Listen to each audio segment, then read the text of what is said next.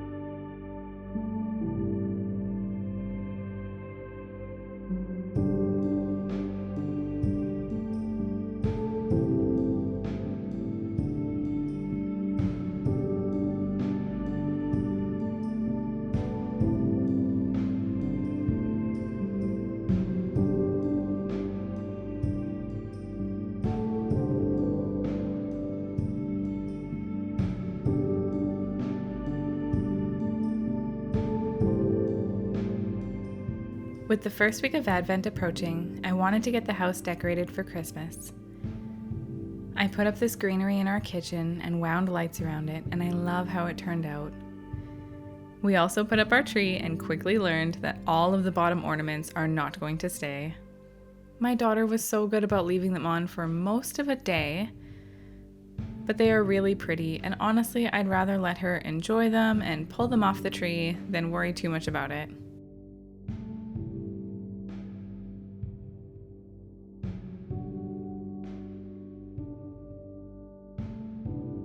This is only my second year with the granary, and I didn't try the lights last year.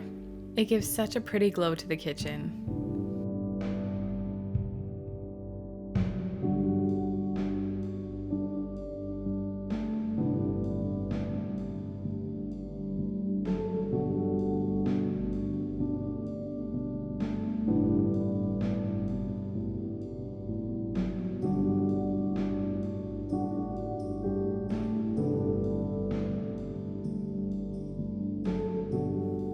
I have also started working on the Egret painting that I talked about a few episodes ago.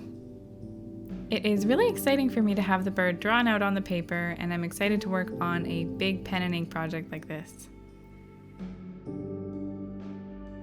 I'm also planning to do some abstract marks to give the feeling of splashing water at the bottom of the painting as well, which I'm really excited to do and curious to see if it'll work out the way that I hope.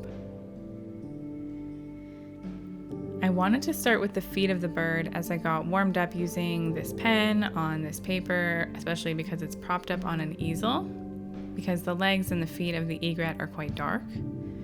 And that means that this area would be a little more forgiving if the pen made an unexpectedly thick line or if something happened like that.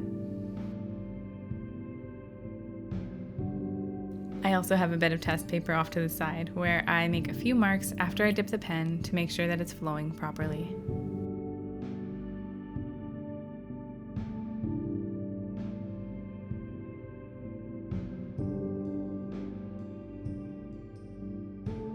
So far I'm liking using the matte black calligraphy ink from Winsor & Newton. This is my first time properly working with it, so I'm still getting used to it. And I am finding that it's drying quite quickly, so I had to stop a few times, wash the nib, and then re-ink up. But I think that could be partly because I'm not used to doing pen and ink with a vertical piece like this, like something that's up on an easel. And I think that was causing the pen to not flow quite as nicely, so I think that was helping it dry out as well.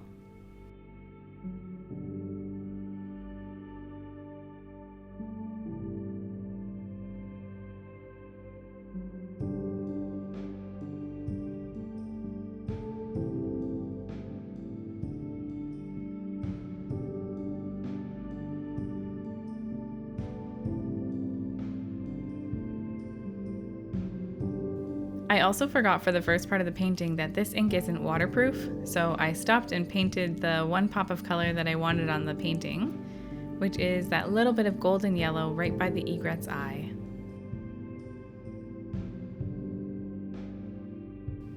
After that, I shaded the beak. I'm wanting to work on the darkest parts of the bird first so that I have a better idea of what I'm working with when I go to shade some of the lighter parts. Otherwise, I can be a little bit hesitant to start putting dark marks on areas that are meant to be lightly colored.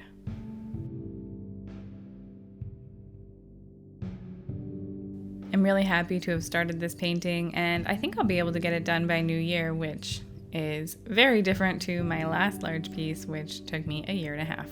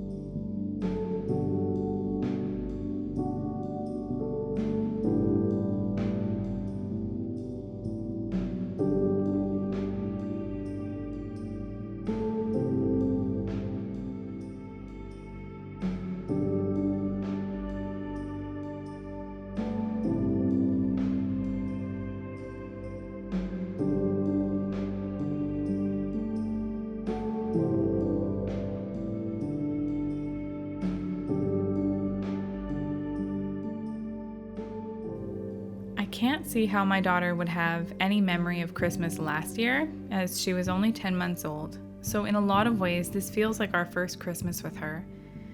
Because this is the first time we're getting to see her be excited about decorations and wanting to listen to Christmas songs. And it has made it a really fun festive season so far. It was so lovely going around the house with only the Christmas lights on. It felt very cozy and festive to get to kick off the first week of Advent with a very indulgent snack.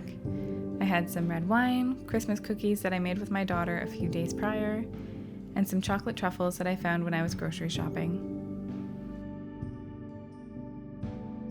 I watch a lot of Vlogmas videos by knitters, and it's quite common for those knitters to have these beautiful yarn advent calendars where every day you open a new mini skein of yarn.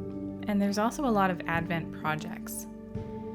I couldn't buy a yarn advent calendar, but I decided I wanted an advent project anyways. My twin sister and I did some thinking, and we decided to each knit a pair of socks during Advent, because we both like to knit socks but don't end up knitting them very often. We also decided to make the project fun by swapping our yarns for the heels, toes, and cuffs. So the main color of her socks is going to be the heels, toes, and cuffs for my socks. And the main color of my socks will be the heels, toes, and cuffs for her socks. Hopefully that makes sense. That way we'll have kind of these inverted matching socks to wear on Christmas. We decided to use Peyton's Croy sock yarn because it was easy and convenient to pick up, and we liked the colors that were available. Mine are going to be mostly charcoal black with a gradient marled blue for the contrast color, and hers will be the opposite. I have started the cuff here, and I'm hoping to get them done in time for Christmas. I also feel a bit bad because I knit my husband a pair of socks last year, and he likes to wear them to work when it's cold, so I might be a bit ambitious and see if I can knit him a pair of socks too. And that wraps up the first few days of Advent in our house. I hope that you enjoyed the video and that wherever you are in the world and whatever you celebrate, that you're having a wonderful, joy-filled week. Thank you so much for being with me today. I will see you in my next video.